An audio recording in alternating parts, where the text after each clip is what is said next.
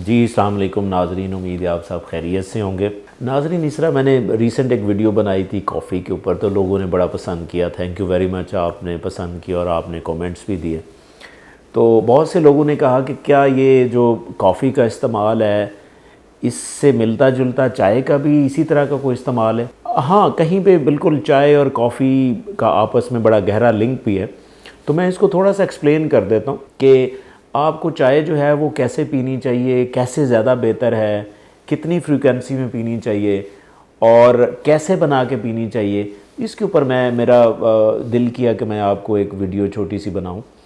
तो देखिए, सबसे पहले जो चाय है ना, एक ऐसा ड्रिंक है जो वर्ल्ड वाइड जो है वो पिया जाता है। तरीके डिफरेंट हो सकते हैं, लेकिन जो चाय का जो कंपोनेंट होता है ना, जिसे हम फ़र्ज़ करें ब्लैक टी कहते हैं या ग्रीन टी कहते हैं, तो उसमें जो यूजुअली जो केमिकल्स होते हैं वो ज़ाहिर है चाय की वैरायटी से थोड़े बहुत मुख्तलिफ हो सकते हैं, लेकिन यूजुअली वही चीज़ें होती हैं जिसमें चाय के अंदर इवन कैफ़ीन भी होता है। आपको पता है कैफ़ीन एक स्टिमुलेंट ड्रग है। तो जैसे कॉफ़ी के अंदर कैफ़ीन होता है, इसी तरह चाय के अंदर भी कैफ़ीन होती है, लेकिन वो ज़ाहिर है कंपैरेटिवली कॉफ़ी से ज़रा कम होती है। लेकिन कैफ़ीन के अलावा चाय के अंदर और भी बहुत से कंपोनेंट होते हैं, जिसमें स्पेशली काइंड ऑफ कैटेचन्स ख़ास किस्म के कंपाउंड्स होते हैं जो चाय के अंदर होते हैं, और जो मेंटल हेल्थ के लिए बहुत इंपॉर्टेंट है कैटेचन। अब होता क्या है कि बहुत से कंट्रीज़ में जो चाय के अंदर यानी कि ब्लैक टी के अंदर जो है ना, वो दूध को मिक्स किया जाता है। अब देखिए, ये एक फूड कॉम्बिनेशन हो जाता है, यानी कि टी और मिल्क, ये दो चीज़ों का आपस में कॉम्बिनेशन होता है। और यहाँ पे मैं आपको बताता चलूँ कि बहुत से कॉम्बिनेशन फूड के ऐसे होते हैं जो बड़े प्रोडक्टिव होते हैं, यानी कि अगर आप दो चीज़ों को मिलाएं तो उससे उनका दोनों का जो इफ़ेक्ट होता है, जब आप मिलाते हैं तो उसका इफ़ेक्ट यानी कि 2 गुना या 4 गुना या ज़्यादा हो जाता है। लेकिन चाय के साथ ऐसा नहीं है।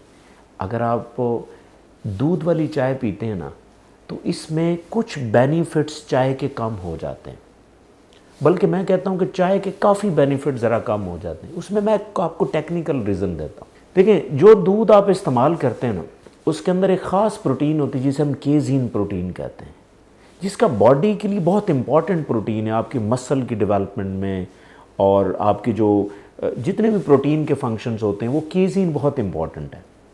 और इसी तरह चाय के अंदर जो कंपाउंड्स होते हैं जिसे हम कैटेचिन्स कहते हैं।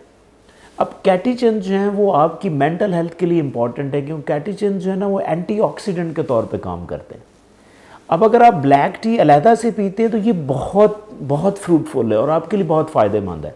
हाँ, ये एक अलहदा बात है आप कितनी पीते हैं, तो उसके ऊपर मैं बाद में बात करता हूँ कि आपको चाय कितनी पीनी चाहिए। लेकिन आप अलहदा से अगर ब्लैक टी पीते हैं तो ये बहुत इंपॉर्टेंट है, और आप अलहदा से दूध पीते हैं तो ये बहुत इंपॉर्टेंट है। अगर आप चाय में दूध मिक्स करके पीते यानी कि दूध वाली चाय पीते हैं, तो उससे होता क्या है कि जो केज़ीन प्रोटीन मैंने आपको दूध में बताई है, वो क्या करती है कि आपकी चाय के अंदर जो कैटेचिन्स उसको कम कर देती, जिसकी वजह से वो चाय का जो सही इफेक्ट होता है वो आपको नहीं मिल पाता। तो इसी तरह अगर आप प्रेफर करेंगे, अगर आप अच्छी चाय पीना चाहते हैं, तो मैं आपसे यही कहूँगा कि आप ब्लैक टी को प्रेफर करें रैदर दैन मिल्क टी। हाँ, ना सिर्फ कैटेचिन्स मिल्क टी के साथ कम होते हैं, बल्कि इसकी और भी कई नुकसान होते हैं। देखें, जिस तरह यूजुअली लोग जो ड्राई मिल्क यूज़ कर रहे होते हैं, अब ड्राई मिल्क जब आप यूज़ करते हैं ना, तो उसके अंदर एडेड शुगर और होती है, उसके अंदर कुछ प्रिजर्वेटिव होते हैं, जिसकी वजह से अगर आप उसका इस्तेमाल करते हैं तो आप, इसका मतलब आप you are having an added sugar in your T,